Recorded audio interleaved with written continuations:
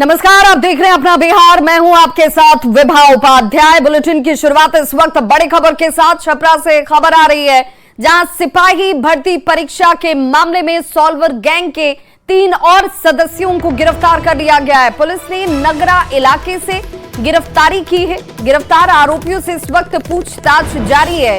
अब तक 2 solver gang का खुलासा हो चुका है। तो सिपाही भर्ती परीक्षा के इस मामले में 2 सॉल्वर गैंग सामने आ चुके हैं, जिनमें सॉल्वर गैंग के 3 और सदस्यों को गिरफ्तार कर लिया गया नगरा इलाके से। और छपरा संवाददाता संतोष गुप्ता हमारे साथ इस वक्त ज्यादा जानकारी के साथ फोन लाइन पर जुड़ चुके हैं। संतोष, क्या जानकारी मिल रही है? ये जो शख्स गिरफ्तार हुए हैं, ये क्या छपरा के रहने वाले हैं, बिहार से ताल्लुक है या फिर इनका ताल्लुक कहीं और से है?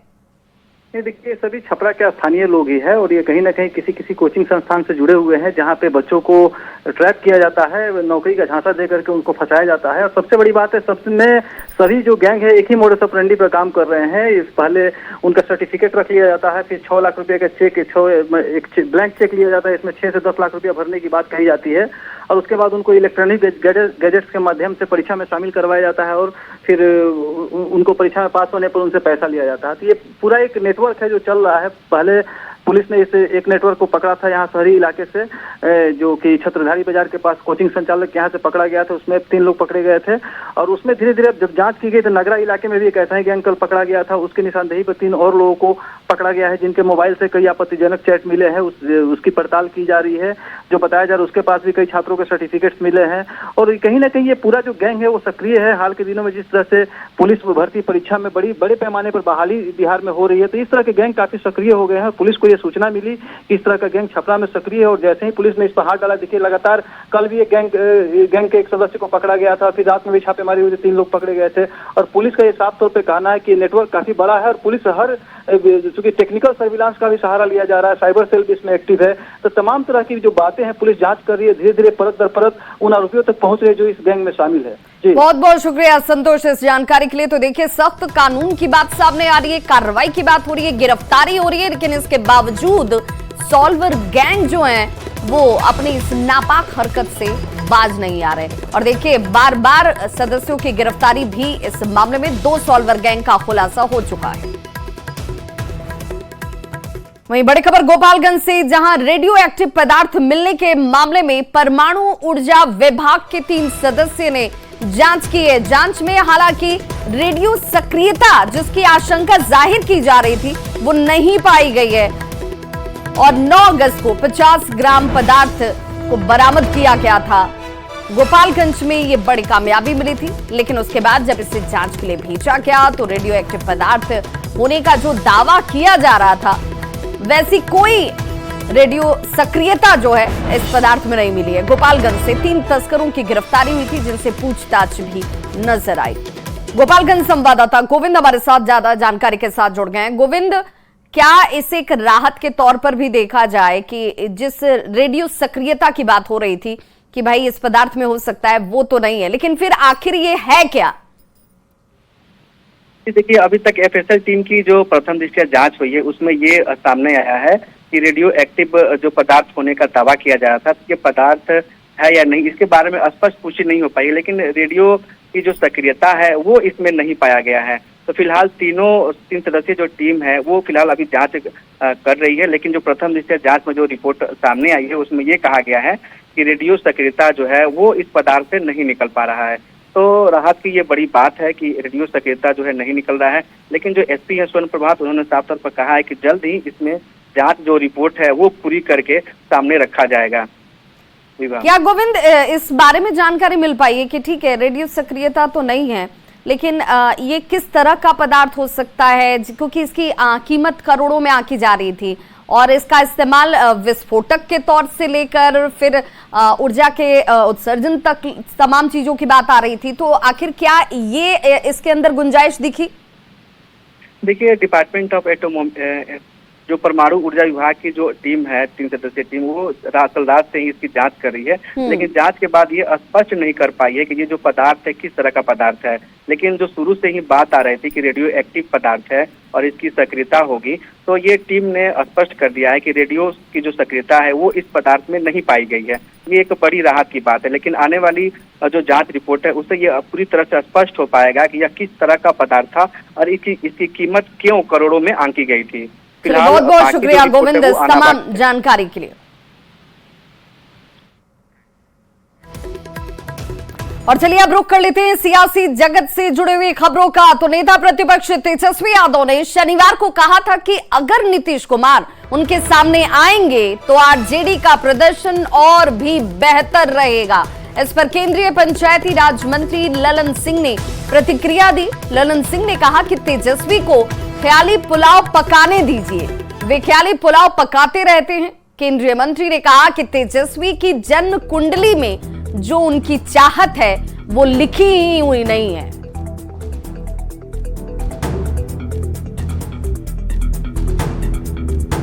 ख्याली पुलाव पकाने दीजिए, वो ख्याली पुलाव पकाते रहते हैं और वो ख्याली ही पुलाव पकाते रह जाएंगे। उनके जन्म कुंडली में जो उनकी चाहत है वो नहीं लिखा हुआ। तो वहीं केंद्रीय मंत्री ललन सिंह की ओर से तेजस्वी यादव पर निशाना साधे जाने पर बिहार कांग्रेस के अध्यक्ष अखिलेश सिंह ने इस पर पलटवार किया। अखिलेश सिंह ने कहा कि पूरा बिहार ललन सिंह का पकवान खाएगा।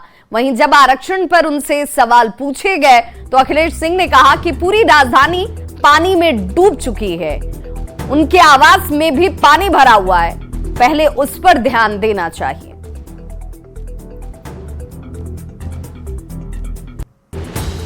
चलो पूरा बिहार भर ललन जी का पकवान खाएगा और क्या, इधर ख्याली पकाओ। आरक्षण को लेकर घमासान मचा हुआ है, जिस तरीके से SC/ST को लेकर बातें आई है। अरे यार पूरा पटना डूबा हुआ है, पाटलिपुत्रा कॉलोनी हम लोगों का घर भी डूब गया।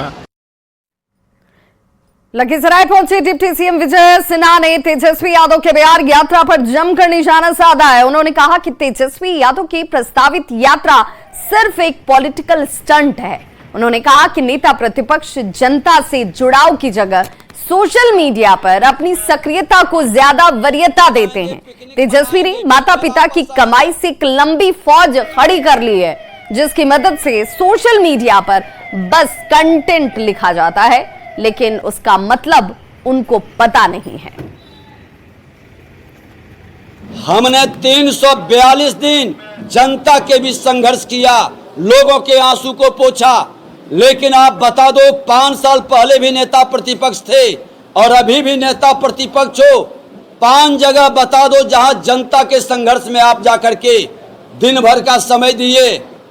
एक भी ऐसा जगह सिर्फ ट्वीट करना, माता पिता के कमाई से एक लंबी फौज खड़े कर लिए हैं और उसके माध्यम से कंटेंट लिखते हैं और मोबाइल पर डलवा देते हैं, उसका मीनिंग भी नहीं समझ पाते हैं।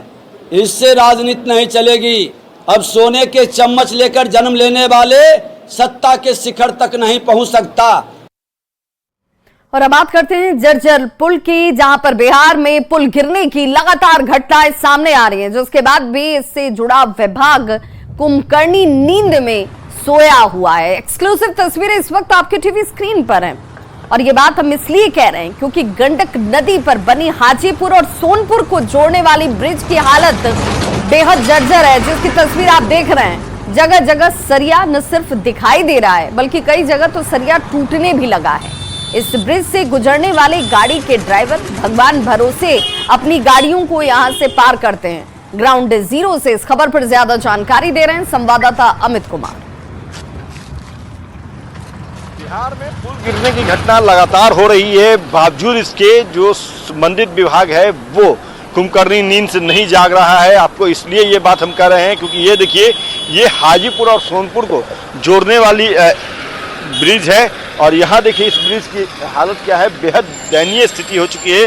इस ब्रिज की जो है पथ की, रोड की, सड़क की बेहद दयनीय स्थिति है और कहीं न कहीं कह सकते हैं कि इस पुल को जो है वो मरम्मत की जरूरत है। आप देखिए ब्रिज जो है निर्माण जो हुआ है उसकी गुणवत्ता कितनी घटिया थी कि अब छड़ जो है, सरिया जो है वो टूटने लगा है, दरख्त चुकी है पूरी तौर पे ये सड़क, और कई जगहों पे इस तरह से सरिया जो है वो नज़र आ रही है। और जो वाहन चालक है, भारी वाहन चालक है, वो बेहद कह सकते हैं कि जान हथेली पर लेकर के इस ब्रिज से अपने वाहनों को गुजार रहे हैं। और कहीं कहीं देख सकते हैं कि जब गाड़ियाँ गुजरती है, भारी वाहन जब गुजरता है तो क्या स्थिति होती है इस ब्रिज की। देखिए ये कई जगहों पे इस तरह से सरिया जो है वो जो अलकतरा है उसे छोड़ चुका है। और स्थिति ये है कि लोग डर के साए में इस ब्रिज से गुजरते हैं, क्योंकि ये जो है एक मात्र ब्रिज है। अगर हम सोनपुर हाजीपुर रेल ब्रिज की बात हम छोड़ दें तो दूसरा ये ब्रिज जो है जो आवागमन के लिए सोनपुर और हाजीपुर को जोड़ने वाली ब्रिज जो है, लेकिन इसकी स्थिति जो है बेहद कह सकते हैं कि दयनीय हो चुकी है। लोग सहमे हुए इस ब्रिज से गुजरते हैं। कई जगह तो हालत ऐसी है कि होल बड़े बड़े हो चुके हैं इस ब्रिज पे। और यहाँ देखिए ये जो बड़ी वाहन गुजर रही है तो जो वाहन चालक हैं वो किस तरह से डर के साए में जाते हैं। यहाँ देखिए इस तरह से पूरे ब्रिज पे आपको सरिया इस तरह से टूटा हुआ नज़र आएगा। ब्रेक किया हुआ जो अप्रोच रोड है वो नज़र आएगी। तो ये व्यथा जो है ये अपने आप में बताने को काफ़ी है कि जो संबंधित विभाग है वो किस कदर लापरवाह हुआ है और क्यों ब्रिज गिर रही है, इसकी पड़ताल आज न्यूज़ 18 ने किया है और आपको दिखाया है कि देखिए इन वजहों के कारण जो है ब्रिज टूट रहा है और राजनीति खूब हो रही है। सरकार अपनी गाल बजा रही है, विपक्ष निशाना सरकार का साध रहा है, लेकिन समय रहते ज़रूरत है जब संबंधित विभाग को जागने की तो वो कुंभकर्णी नींद में सोया हुआ है। तभी तो आलम ये है, हालात ये है। अमित कुमार, न्यूज़ 18 हाजीपुर सोनपुर।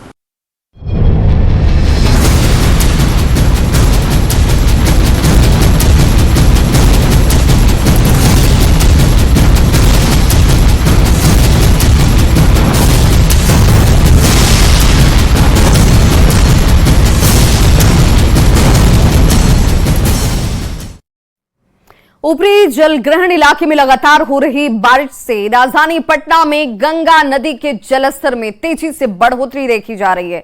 गांधी घाट पर गंगा का जलस्तर अब खतरे के निशान को पार कर चुका है। यहां गंगा नदी खतरे के निशान से 80 सेंटीमीटर ऊपर बह रही है। जिला प्रशासन ने लोगों से इस दौरान सावधानी बरतने की अपील की है। गांधी घाट पर गंगा के बढ़ते जलस्तर का जायजा लिया संवाददाता संजय कुमार ने। में गंगा ने रौद्र रूप धारण कर लिया है। हम गांधी घाट की तस्वीर आपको दिखा पा रहे हैं। गांधी घाट में देखिए किस कदर गंगा का पानी जो है अब ऊपर की तरफ सीढ़ियों से भी ऊपर जाने की कोशिश में लगा हुआ है और जो डेंजर जोन है उससे 80 सेंटीमीटर ऊपर पानी जो है वो पहुंच गया है। हालांकि फिलहाल चिंता की बात नहीं है, लेकिन डेंजर जोन को क्रॉस कर जाना ये साबित करता है कि गंगा का पानी जो है वो लगातार बढ़ रहा है। ऊपरी जलग्रहण क्षेत्र में जो बारिश हुई है वहां का प्रेशर जो है उसका ये इफेक्ट है कि राजधानी पटना में वाटर लेवल जो है बढ़ा हुआ है। हालांकि लोग जो है इसको एंजॉय भी कर रहे हैं। काफी संख्या में इस वक्त देखिए रविवार का दिन है और काफी संख्या में लोग पहुंच गए हैं गांधी घाट पर और स्नान भी कर रहे हैं। पूजा अर्चना भी की जा रही है। चूंकि माँ गंगे हैं तो माँ गंगे के प्रति अपार श्रद्धा होती है लोगों की और लोग पूजा अर्चना के मकसद से भी यहाँ पहुंचे हुए हैं। काफी संख्या में यूथ जो है वो देखिए यहाँ पर टहल रहे हैं। गंगा पाथवे की ये तस्वीर है जहाँ पर लोग सुबह मॉर्निंग वॉक करने के लिए आते हैं, लेकिन फिलहाल लोगों को परेशानियां हो रही है। वाटर लेवल जिस कदर बढ़ा है और निश्चित तौर पर गंगा का जो लेवल है न केवल गांधी घाट पे बल्कि दीघा घाट पर भी वाटर लेवल बढ़ा है और इसको लेकर तमाम तरह की सावधानियां भी बरतनी होंगी। लोग जो है स्नान कर रहे हैं तो स्नान करने के दौरान उन्हें कॉशसली स्नान करना चाहिए, सावधानी पूर्वक स्नान करना चाहिए। जिला प्रशासन की तरफ से काफी संख्या में बोरियां रख दी गई है और जिला प्रशासन ने लोगों से अपील किया कि जिस कदर वाटर लेवल बढ़ा हुआ है ऐसे में आप स्नान करने के दौरान जोखिम नहीं उठाएं, सावधानी पूर्वक स्नान करें, किनारे में ही स्नान कर लें। और देखिए किस कदर गंगा का पानी जो है इन दिनों तस्वीर जो है वो दिखा रहा है कि पानी का लेवल किस कदर बढ़ गया है। ऐसे में जिला प्रशासन भी सतर्कता बरत रहा है। लोगों से लगातार अपील भी है जिला प्रशासन की कि बहुत ज़्यादा जरूरत होने पर ही गंगा घाटों पर पहुंचे और स्नान करने के दौरान ठीक है धार्मिक कर्मकांड है, पूजा अर्चना करनी है तो बहुत सावधानी बरतें। न्यूज़ 18 की भी अपील है कि जिस कदर लेवल बढ़ा हुआ है ऐसे में आप सावधानी बरतें क्योंकि सावधानी ही आपके लिए बेहतर बचाव है। कैमरा पर्सन अमित के साथ संजय कुमार, न्यूज़ 18 पटना। अगली खबर भोजपुर से। जिले के नगर थाना क्षेत्र के मझौआ हवाई अड्डा इलाके में पानी में डूबने से 3 बच्चों की मौत हो गई। जानकारी के मुताबिक तीनों बच्चे पानी में ट्यूब लेकर नहाने पहुंचे थे और तभी एक बच्चा पानी में डूबने लगा, जिसे बचाने के प्रयास में बाकी दोनों भी डूबने लगे। तीनों की मौके पर ही मौत हो गई। प्रशासन की टीम ने गोताखोरों की मदद से बच्चों के शव को निकालकर पोस्टमार्टम के लिए भेज दिया। लोगों से अपने बच्चों को बाढ़ के पानी के करीब नहीं जाने की लगातार अपील की जा रही है। ये स्थानीय लोगों से बातचीत के क्रम में पता चला है कि सुबह सुबह बच्चे वहां घूमने गए थे। उनका मकान का निर्माण वहां पे चल रहा था, शायद उसी को देखने गए होंगे। और दीवार के बगल में ही जो नदी से कटाव किया गया है, तो उस कारण से वहां पे गड्ढा ज़्यादा हो गया है। संभवतः एक बच्चा फिसला है और उसी को बचाने के क्रम में बाकी दोनों बच्चे गए हैं और उनकी डूबकर मृत्यु हुई। तीनों बॉडी निकल गया है, तीनों का पोस्टमार्टम भी हो रहा है। 7 बजे के आसपास 3 लड़के ट्यूब लेकर पानी में नहाने के लिए उतरे। एक लड़का नहीं उतरा। जब देखा कि तीनों लड़के डूबने लगे तो चिल्लाना शुरू किया, बचाओ बचाओ बचाओ, जो बाहर है। अब वहाँ पर लगभग 2 पोरसा गड्ढा पानी है, 2 पोरसा निकल उतरी गए ना, 2 पोरसा। इसके बाद हुआ चिल्लाना शुरू किया तो कुछ लोग थे वहाँ पर, बोले हम लोग तैरने नहीं जानते, बचाएंगे नहीं। दौड़ते हुए देवनगर मोहल्ला में आया, हम लोग मोहल्ले में आया, चिल्लाया कि भाई डूब गया 2-3 आदमी, हम लोग गए। खगड़िया में नाव हादसे के बाद प्रशासन और एसडीआरएफ की टीम 2 लापता लोगों की तलाश में जुटी है। मानसी थाना क्षेत्र के खिरनिया घाट पर नाव नदी में डूब गई थी और अभी तक लापता लोगों का कोई सुराग नहीं मिला। लापता लोगों में एक महिला और एक किशोर शामिल हैं। बताया जा रहा है कि नाव पर 20 से ज्यादा लोग सवार थे। नदी की तेज धार की वजह से नाव पोल से जाकर टकरा गई और अनियंत्रित होकर नदी में ही पलट गई। मौके पर जुटे लोगों ने डूब रहे लोगों को दूसरी नाव से रेस्क्यू किया। सभी लोग नाव पर सवार होकर परवल तोड़ने दियारा के इलाके में जा रहे थे, जिस दौरान हादसा हुआ। नहीं, प्रशासन के लोग भी पहुंचे हैं। सभी लोग जो एसडीआरएफ की टीम भी प्रयास कर रहा है निकालने का।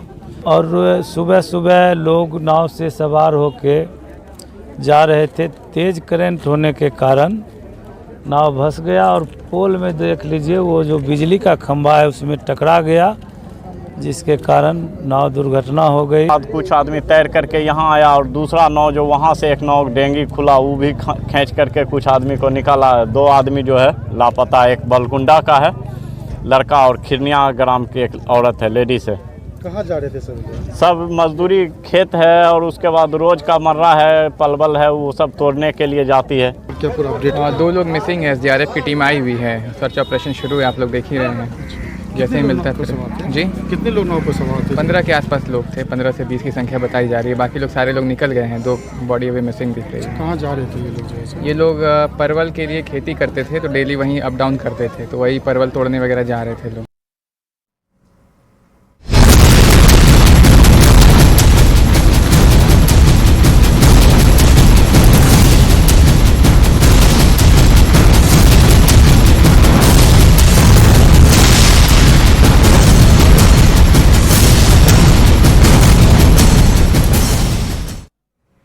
केंद्रीय मंत्री जीतन राम मांझी ने दावा किया है कि बिहार में एससी कैटेगरी में 21 जातियां हैं, लेकिन 21 जातियों में से सिर्फ D4 की 4 जातियों के लोग 90% आरक्षण का लाभ ले रहे हैं। मुसहर, डोम जैसी जातियों की आबादी ज्यादा है, लेकिन उनको उनकी आबादी के हिसाब से लाभ नहीं मिल रहा। इन जातियों में आरक्षण लागू होने के सालों बाद भी कोई डॉक्टर नहीं है, इंजीनियर नहीं है, बैंक में कोई कार्यरत नहीं है। न्यूज 18 की टीम ने गोपालगंज में हजियापुर के वार्ड संख्या 28 स्थित सबसे बड़ी मुसहर टोली में केंद्रीय मंत्री जीतन राम मांझी के दावे की पड़ताल की। आरक्षण के लाभ को लेकर मुसहर टोली के लोगों की क्या है राय, क्या वो कह रहे हैं, जरा वो भी सुनिए।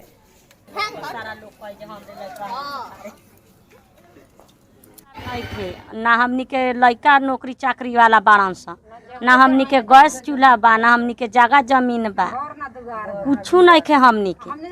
ए बेरा सब कुछ मिलते बा, हमनी के कुछ नहीं खे मिला। कहीं लड़को पढ़े लिखे जइया सा तो जगह स्कूल में जइया सा तो मारे पीट के दोसर जाते भगा दी तो लड़का पढ़िया सा लूर से। तो मैट्रिक इंटर सब पास नहीं है आपका बच्चा सब गांव में? हाँ? ना कोई सरकारी नौकरी करता है घर में आपके? ना बाल बच्चा पढ़िया से तबे न कहे बोली ना घर ना दुआर हमके मुस्माती हमनी के ना मिलेला ना रहे के ठीक बा ना लेकिन जब खइबे हम पढ़ाइबे करी तो खाए कौन चीज। क्या वाकई में एससी वर्ग में D4 की 4 जातियों के अलावा किसी को आरक्षण का लाभ नहीं मिल रहा? गोपालगंज कलेक्ट्रेट से 2 किलोमीटर दूर हजियापुर में रहने वाले इन परिवारों से मिलकर न्यूज 18 की टीम ने पूरी जानकारी जुटाने की कोशिश की। पड़ताल में पता चला कि इतनी बड़ी आबादी के बावजूद इक्का दुक्का लोग ही 2-4 क्लास पढ़ पाए हैं, लेकिन आज तक कोई मैट्रिक पास ही नहीं हुआ। यहां तक कि मुसहर टोली में रहने वाले परिवार के लोगों को खाने पीने की भी दिक्कत है। केंद्रीय मंत्री जीतन राम मांझी के दावे का रियलिटी चेक किया गया गोपालगंज संवाददाता गोविंद कुमार की तरफ से। केंद्रीय मंत्री जीतन राम मांझी ने कहा है कि बिहार में ऐसी कैटेगरी में कुल 21 जातियां हैं, लेकिन इनमें सिर्फ 4 जातियों को ही आरक्षण का लाभ मिल पाता है। डोम, मुसहर ऐसे जाति हैं जिन्हें कभी भी सालों से आरक्षण का लाभ नहीं मिल पाता है और इनमें परिवार के जो सदस्य हैं वो कभी डॉक्टर, इंजीनियर या बैंक के कर्मी या फिर किसी अन्य सरकारी नौकरी में नहीं हो पाते हैं। ऐसे में आज हम इसकी पड़ताल करने के लिए गोपालगंज के सबसे बड़ी मुसहर टोली बस्ती में पहुंचे हैं, जहां पर 400 से ज़्यादा यहां परिवार है, 2000 से अधिक इनकी आबादी है। तो शहर के नगर पालिका के वार्ड नंबर 28 में मौजूद इस बस्ती में हाल जानने के लिए पहुंचे कि कितने लोग मैट्रिक पास है, ग्रेजुएशन पास है। इस बस्ती की आबादी के अनुसार कितने लोगों को आरक्षण का लाभ मिल पाता है? तो